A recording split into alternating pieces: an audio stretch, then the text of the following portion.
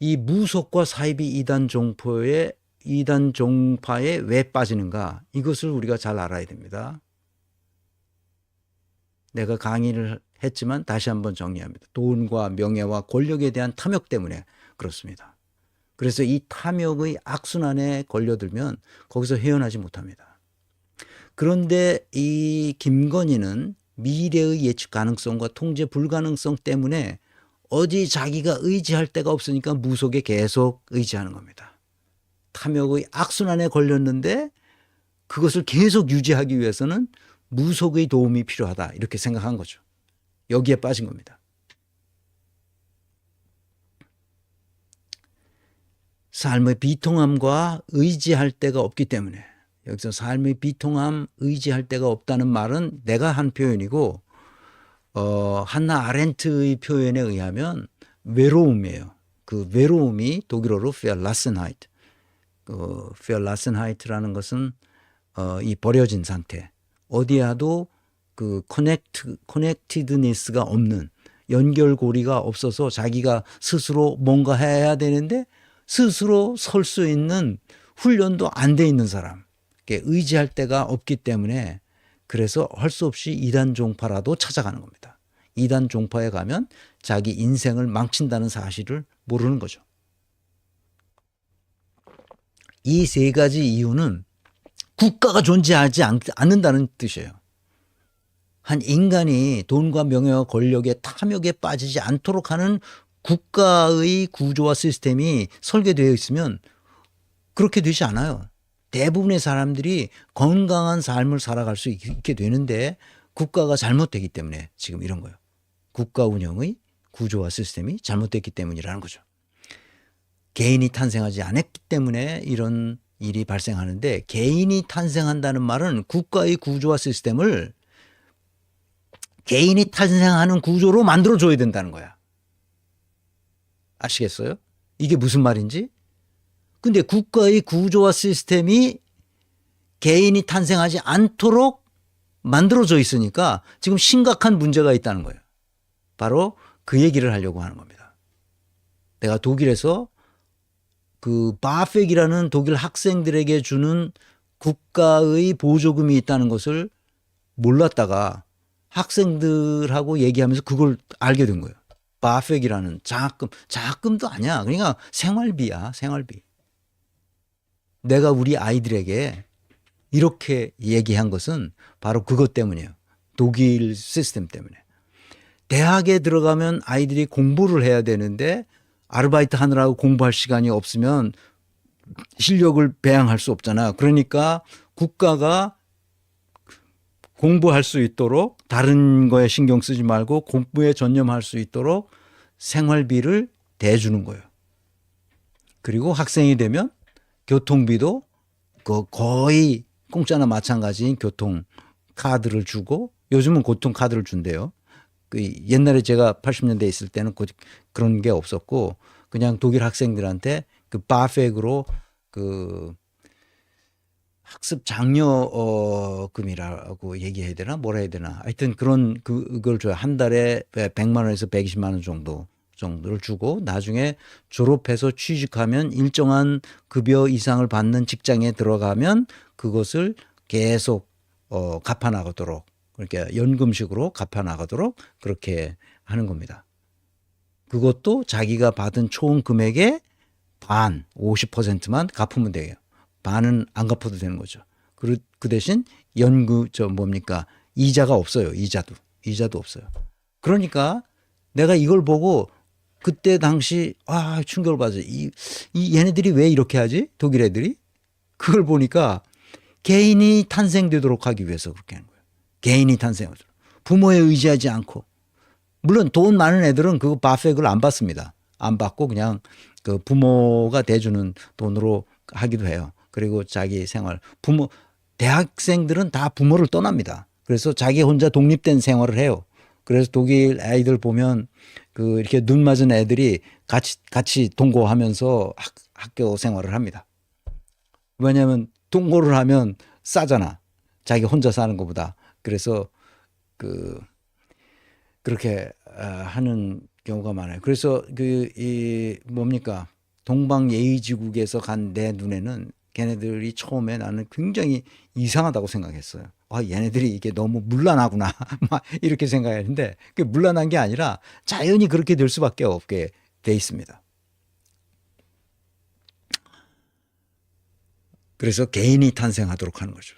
누구에게도 의지하지 아니하고 자기 스스로 자주적이고 자립적이고 자치적인 그 삶의 행태를 계속 유지해 갈 수 있도록 그렇게 하는 겁니다. 그래서 독일은 이런 무속이나 사이비 이단 종파 같은 것이 거의 없어요. 그걸 거기에 기대를 하등의 이유가 없는 겁니다. 개인이 탄생했기 때문에.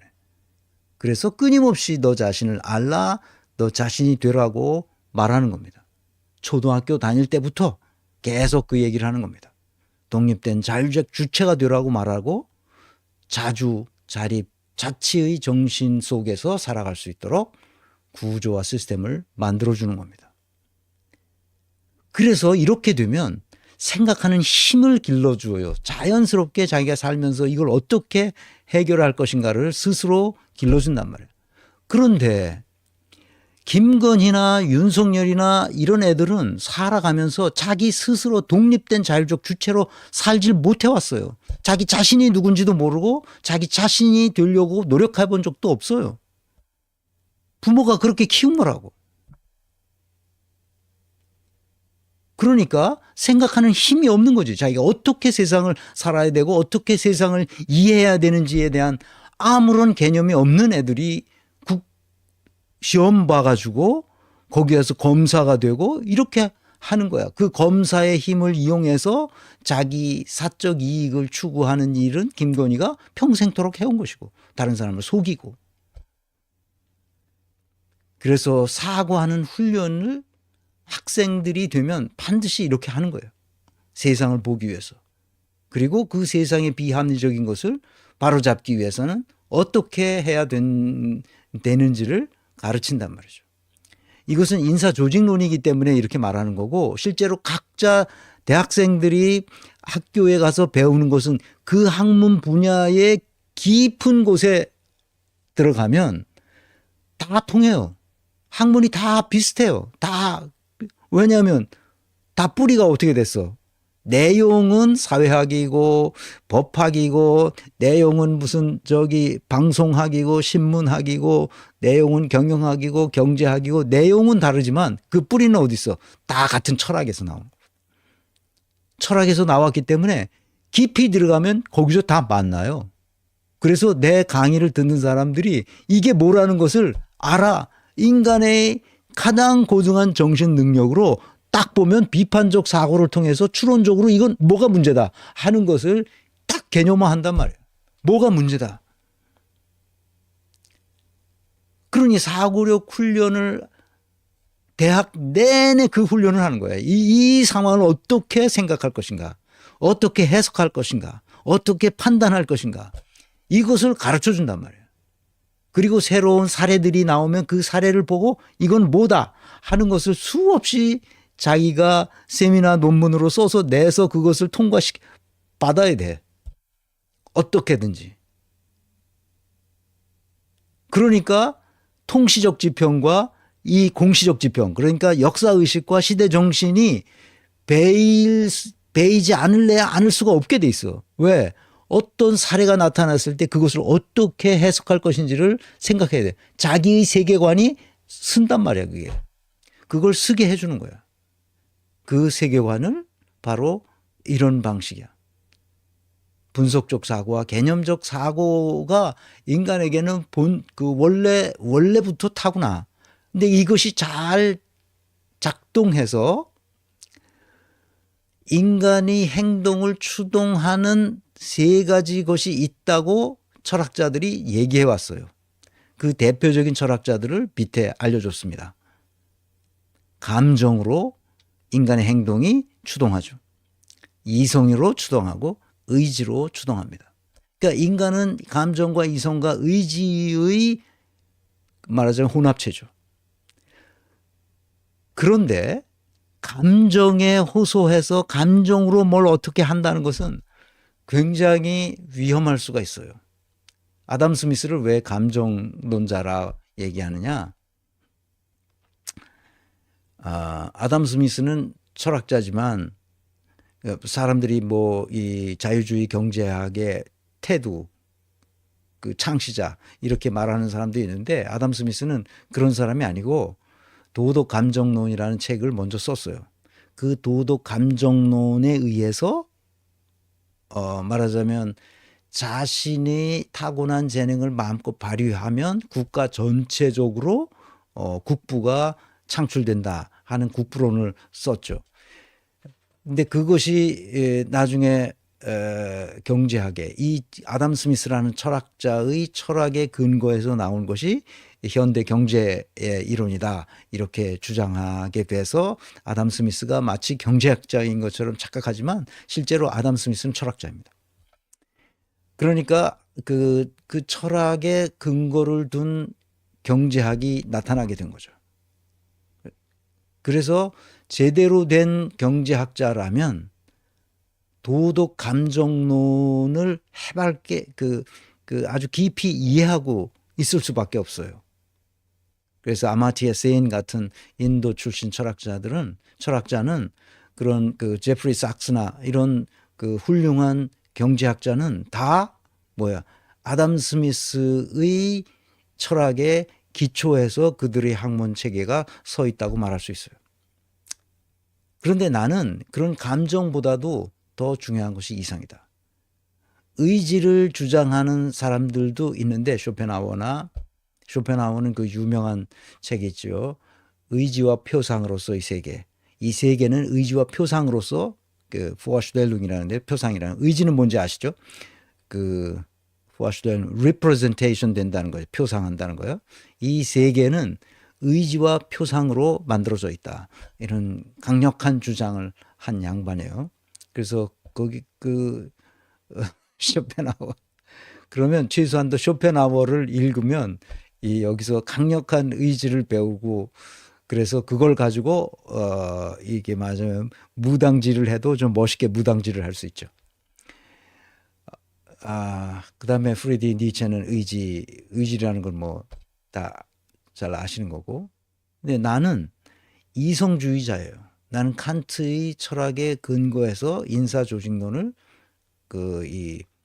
세워야 된다고 생각하는 사람이기 때문에 인사조직론을 세울 때 칸트 철학에 근거하고 있다는 것을 감히 여러분에게 말씀드립니다.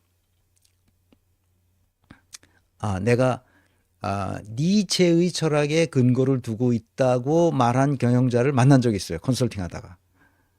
내가 이건 칸트 철학에 의해서 나온 것이다. 이런 얘기를 했더니 자기의 경영은 그 니체 철학에 근거하고 있다고 말한 니체를 잘 이해했는지 어쨌는지 모르지만 좌시간 그래서 합리적 사고를 할 수 있어요. 이 합리적 사고를 할 수 있다는 말은 그 주술에서 벗어난다는 거예요. 그래서 막스 베버가 탈주술화 하는 것이 바로 이 합리적 사고와 깊이 연관되어 있습니다. 합리적 사고만으로 해결할 수 없는 것들이 있어요. 저게 합리적이지 않아. 합리성을 결여했어. 합리성이란 뭐예요? 학문이 시작되는 첫 출발점, 신뢰성과 타당성을 갖추어야 돼요. 신뢰성과 타당성이라는 가치를 훼손하면 합리적이지 않기 때문에 그것은 비판받아 마땅한 겁니다. 그래서 합리적 사고를 통해서 저것이 불합리하다 이렇게 되는 경우 반드시 비판적 사고를 통해서 비판해야 됩니다. 그러니까 학자들이 우리의 현실을 비판하는 데는 그 비판의 근거가 합리적 사고예요. 불합리해. 그러면 비판하는 겁니다. 내가 왜 조국을 비판하고 문재인을 비판하고 친문 세력을 비판하느냐? 불합리한 행동을 하거든. 불합리한 말을 하고 불합리한 행동을 하기 때문에 내가 계속 비판하는 겁니다. 김건희, 윤석열 이런 애들은 비판할 가치조차 없어요. 입이 아파 얘네들은. 그래도 너무 심하니까 이걸 훌두드려 까는 수밖에 없는 거지. 비판적 사고를 넘어서는 어떤 것이 있을 수 있어요. 비판하기도 어려운 뭔가가 있을 수 있어요. 그럴 때 그것을 우리는 비판적 사고를 넘어서는 추론적 사고로 나아가야 합니다. 추론하는 거예요. 우리는 추론적 사고를 함으로써 윤석열과 김건희가 완전 개또라이다. 얘네들이 국가를 망치고 있다. 그래서 더 이상 망치지 못하도록 탄핵하거나 퇴진할 수 있도록 어떤 그 방법을 써야 된다.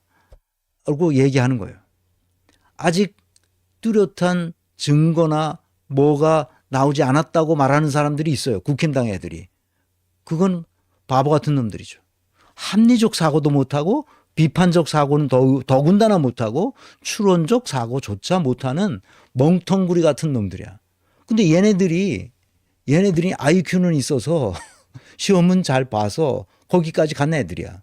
근데 걔네들이 자기가 이성적으로 생각했을 때 합리적 사고가 전혀 안 되는 애들이란 말이에요. 그러니까 우리나라 학교에서 시험 보는 시험 성적이라는 게 얼마나 엉터리 같은 거니까 알 수 있지. 이 세계를 이해하는 방식에서 생각하는 힘을 길러주지 못했기 때문에 학교가. 그래서 지금 국힘당 애들이 서로 아첨하느라고 정신이 없는 거야. 말도 안 되는 개소리를 하고 있는데도 부끄러워하지도 않아. 우리나라 교육이 그 정도로 잘못되어 있는 거예요. 그래서 추론적 사고를 하기 위해서는 어떻게 하는 게 좋으냐 하는 것은 이미